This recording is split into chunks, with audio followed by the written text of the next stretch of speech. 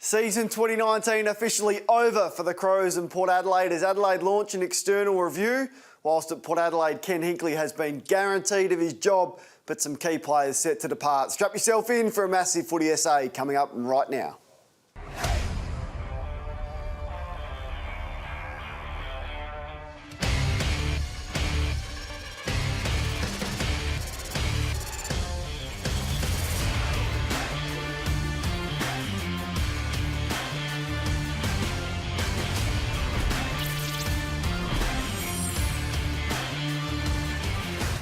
And just like that, season 2019 is officially over for the Crows and Port Adelaide. Good evening and welcome to Footy SA. Big show coming up as I welcome in my co-host, Bernie Vince. Bernie, not the way we wanted it to end. Nah, probably just puts a full stop on what was a pretty poor season for both sides, especially the back half of the year, especially the Crows, who we thought had a pretty good run home. We're going to start with the Crows because they went down to Ballarat to take on the Western Bulldogs and they got smashed. It is the Kia big moment, all thanks to the V6 twin-turbo Kia Stinger. It is the West Australian car of the year. Before we knew it, it was about 40-0 as the Western Bulldogs kicked with a win.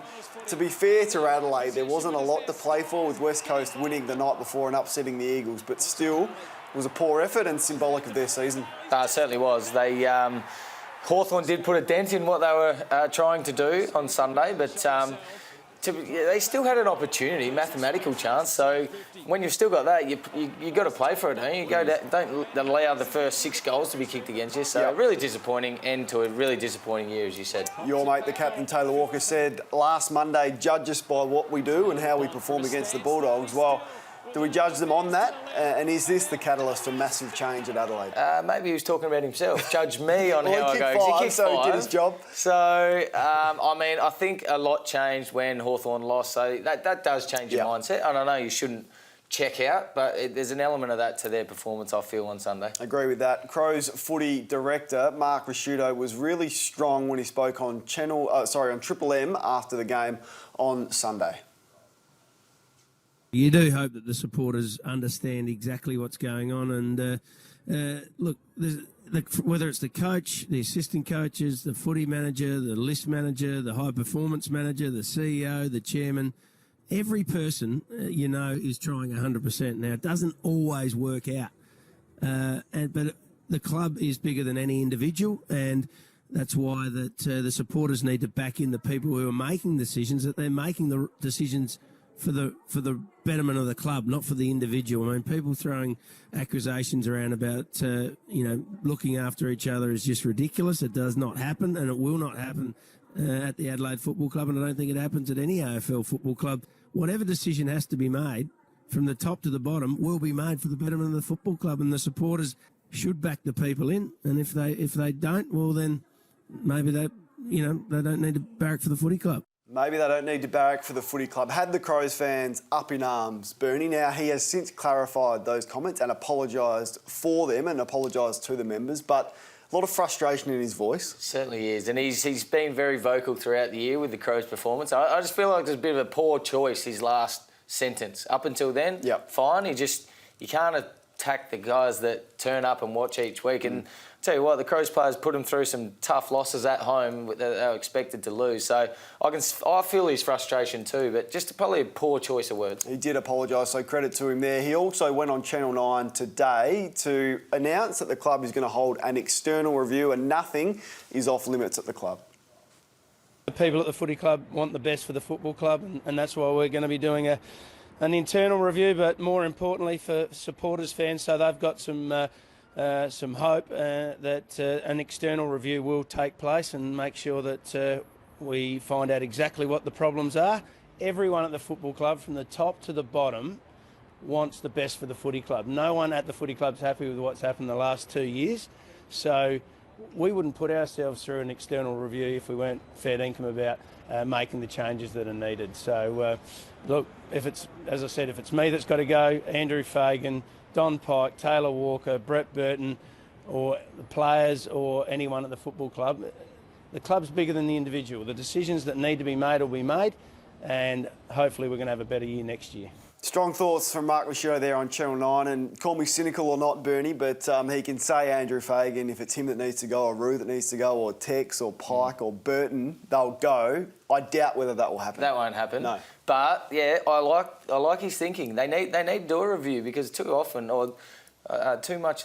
this has happened too much of late, and there's things, you hear things and you feel things, but unless you're inside that footy club, you don't know what actually happens. So to get an independent source in to review everyone, I feel that just keeps everyone accountable, and the truth comes out when this happens. So I think Adelaide supporters will be very happy that that's happening. You might find this funny because I played in some pretty ordinary Port Adelaide sides, but I've never been involved in an external review. Have you in your time at Adelaide or Melbourne? No, I haven't, and I'm not actually even sure what happens. No. But I'm sure they go through everyone. I don't know if it's every player or small groups of players. Certainly the leadership group will be examined, I'm sure, and I'm not sure how they come to a decision, but they uncover things, and I feel like there's a lot to be uncovered that we don't know at the Adelaide Footy Club. So I'm actually excited about it. Doesn't seem like it's a happy group. So what they will do, it'll be anonymous. They'll sit down, they'll interview each and every player and each key decision maker at the footy club on the basis of anonymity, where your name won't be revealed regardless of the information that you share, which is really important because you don't want that information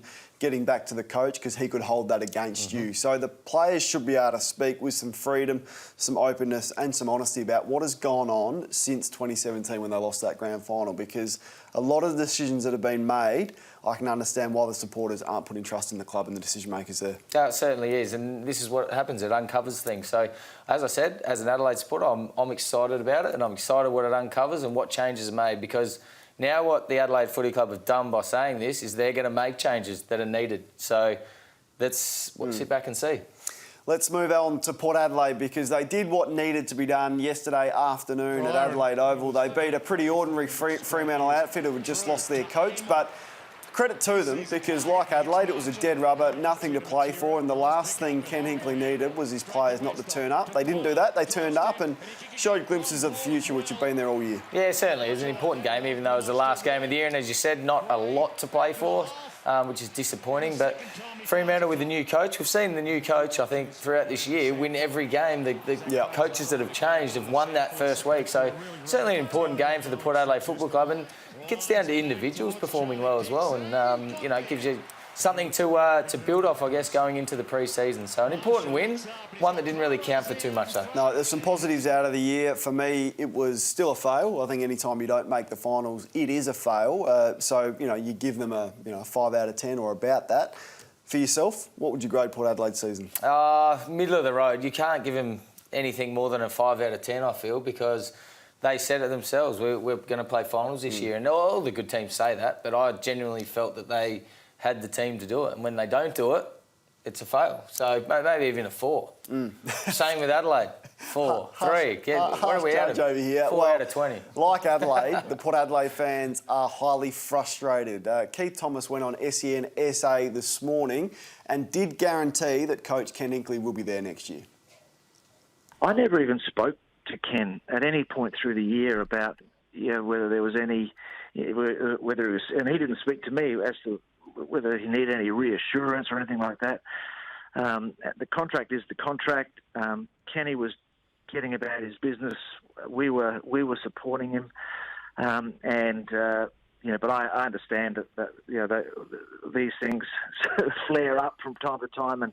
He's absolutely focused on 2020 as of today, to be honest. He'll be in here reviewing and setting ourselves up for next year. Do you think that for all that will be significant reports tonight that Paddy Ryder will request a trade to either Essendon or St Kilda? So already some off-field departures happening, but Ken Hinkley will be there, but he'd want to make finals next year. Bernie's at the Plasma for the Kia Top 7. Kia home to Australia's best 7-year factory warranty for the biggest highlights this week. Not a lot, I wouldn't have thought, coming out of Adelaide and Port Adelaide. Not a lot of on-field stuff, let's be honest, but found some off-field stuff that sort of involves on-field. Let's get into the first one. Now, your man, Dersma.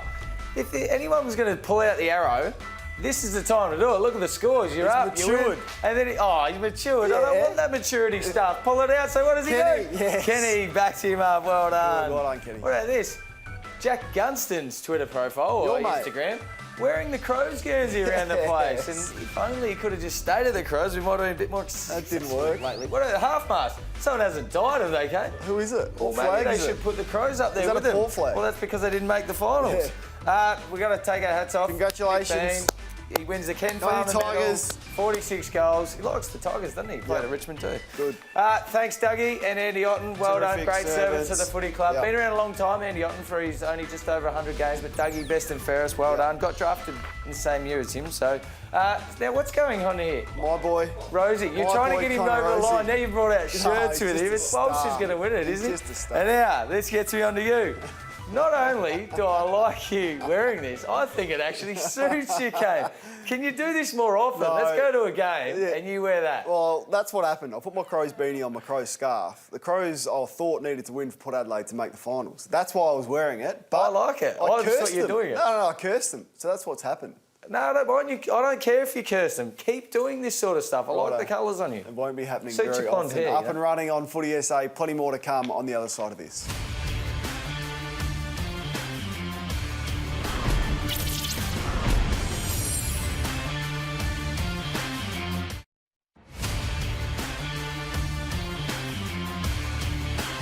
Good evening, welcome back to Footy SA, all thanks to Kia, home to Australia's best 7-year warranty, and also OTR, who are making life easy. Bernie's going to analyse some pretty ordinary vision from the Adelaide game on the weekend, all thanks to OTR. If you need a pit stop, racing to your nearest OTR for great deals.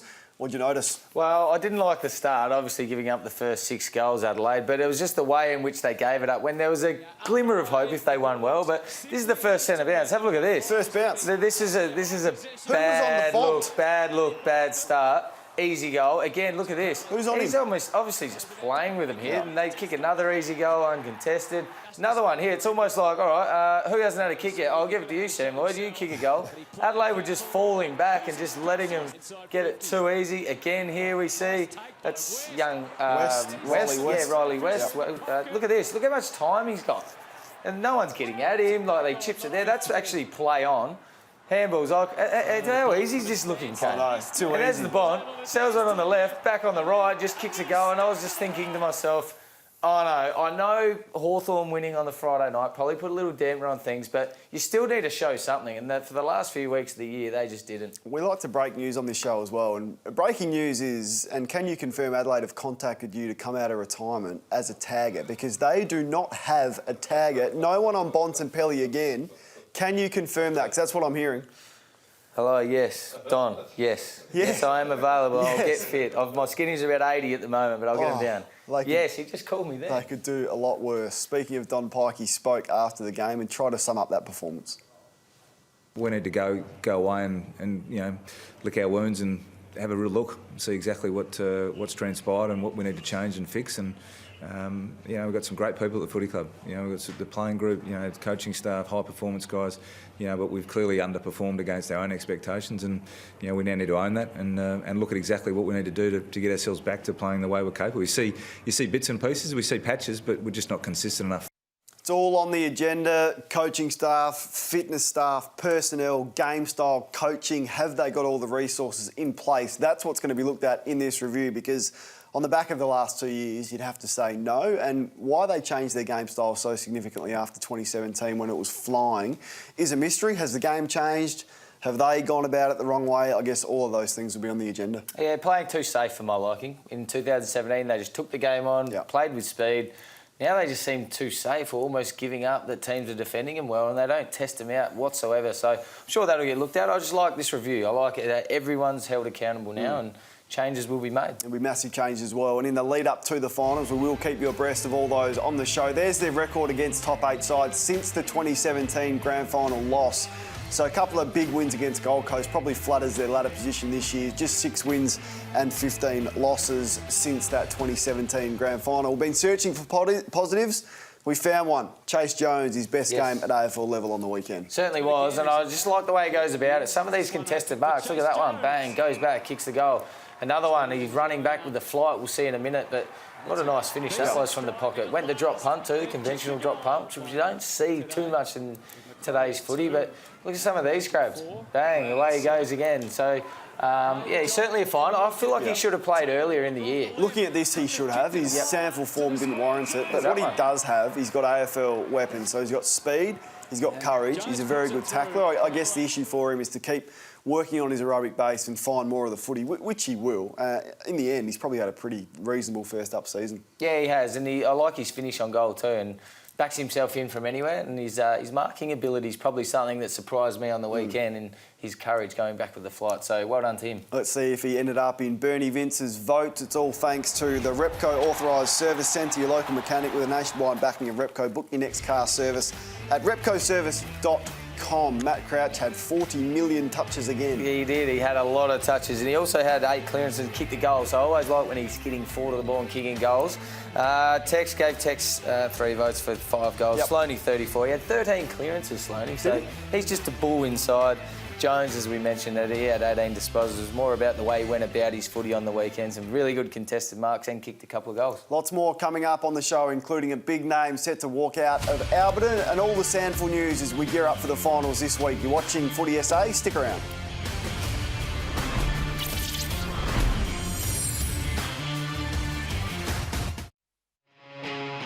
Balfours and footy goes together like grass stains on a Guernsey. To celebrate this perfect match, we're giving away a footy every day this season. Just share your perfect footy moment, tag Balfours Bakery, And use the hashtag #TakeASpecky to enter. whether meeting your footy hero Celebrating victory, or taking a specky mark. Balfours and footy, the perfect match. Go get it.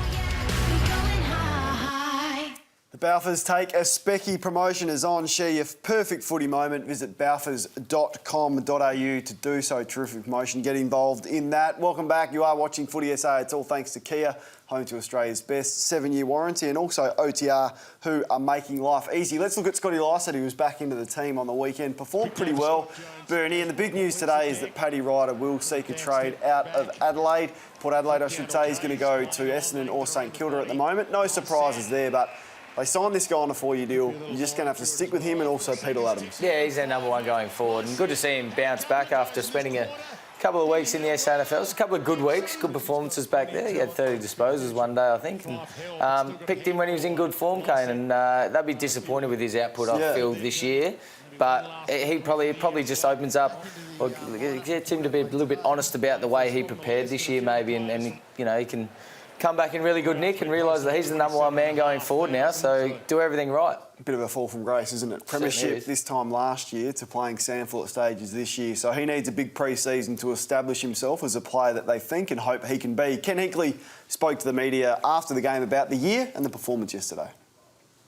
At the start of the year, we set out to play finals. That's what we started to do. We failed to do that, so that does leave you a little bit hollow, but the position that we filled is exactly the same on the ladder.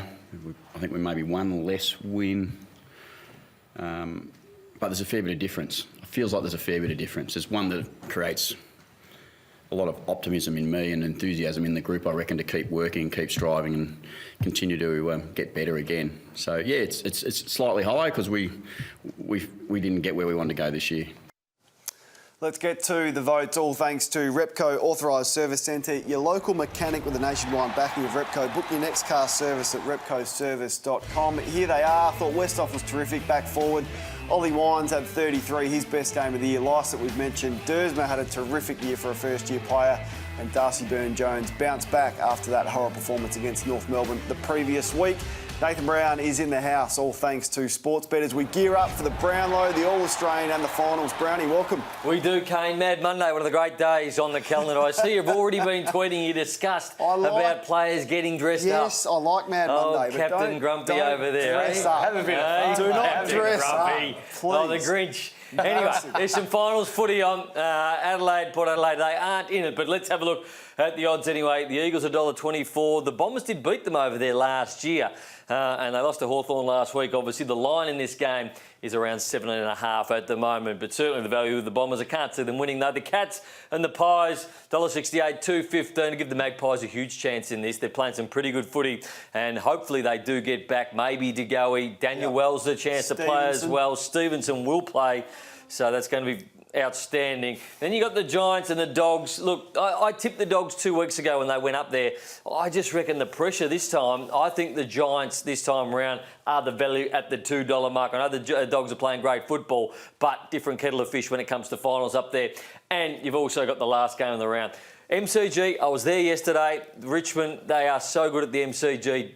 Different when you go up there, though. I reckon the Lions at the Gabba 220, I reckon they can cause a boil over and beat the Tigers. Brownlow medal time, Dangerfield, first time this year he has been the favourite. He was $3.50 last week, he's now $2.50.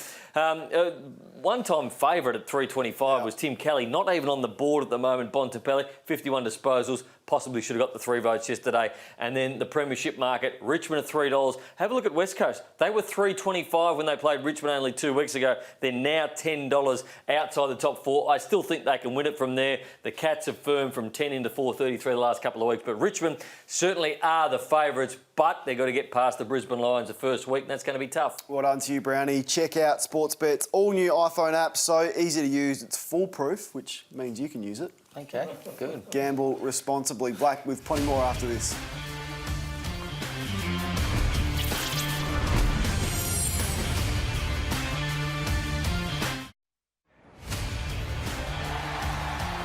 Buy Balfour's Pie for a Sandford ticket. Visit balfours.com.au. Let's look at the big Sandford results over the weekend as we get set for the finals this weekend. Sturt upset the ladder leaders in Glenelg. They didn't need to win. They'd already qualified in top spot. But the big story was Josh Petullo, who kicked 4 and he secured Sturt a finals berth. Kicked 2 in the first half, Bernie. Got stretched off. Came back on and kicked another 2. Well, I don't know whether it's Has he done a Dangerfield, has he? Is that courageous or is it a bit embarrassing? I don't know. Oh, it was a head knock. We'll let him off. We'll let him off. Yeah, we'll let him off. Oh, he stretched it off. He really is stretching He off. must be heavy. There's 6 people carrying But him. anyway, that courage as he just comes back on and kicks another 2 has earned him the prize pack this week. So he's the star of the show for the Sandford as Sturt play finals. There it is, the magnificent prize pack heading Josh's way. The hip pocket workwear and safety, they got you covered with FXD function by design. And also, he'll keep things cool with the Dometic CI 42-litre icebox. Dometic mobile living made easy. Finals fixture this weekend sees Sturt taking on Nord in the elimination final. Port and the Crows and the Sandford showdown is the qualifying final. Both doubleheader on Saturday. And if you missed any of today's show, check out the SEN app for all the best bits. Download that and listen to myself and Andrew Hayes from 6 o'clock tomorrow morning. Bernie, not sure what we're going to do for the next 4 weeks, but we'll think of something. Yeah, I'm going on a holiday. See you next week on Monday night. Enjoy your week, everyone.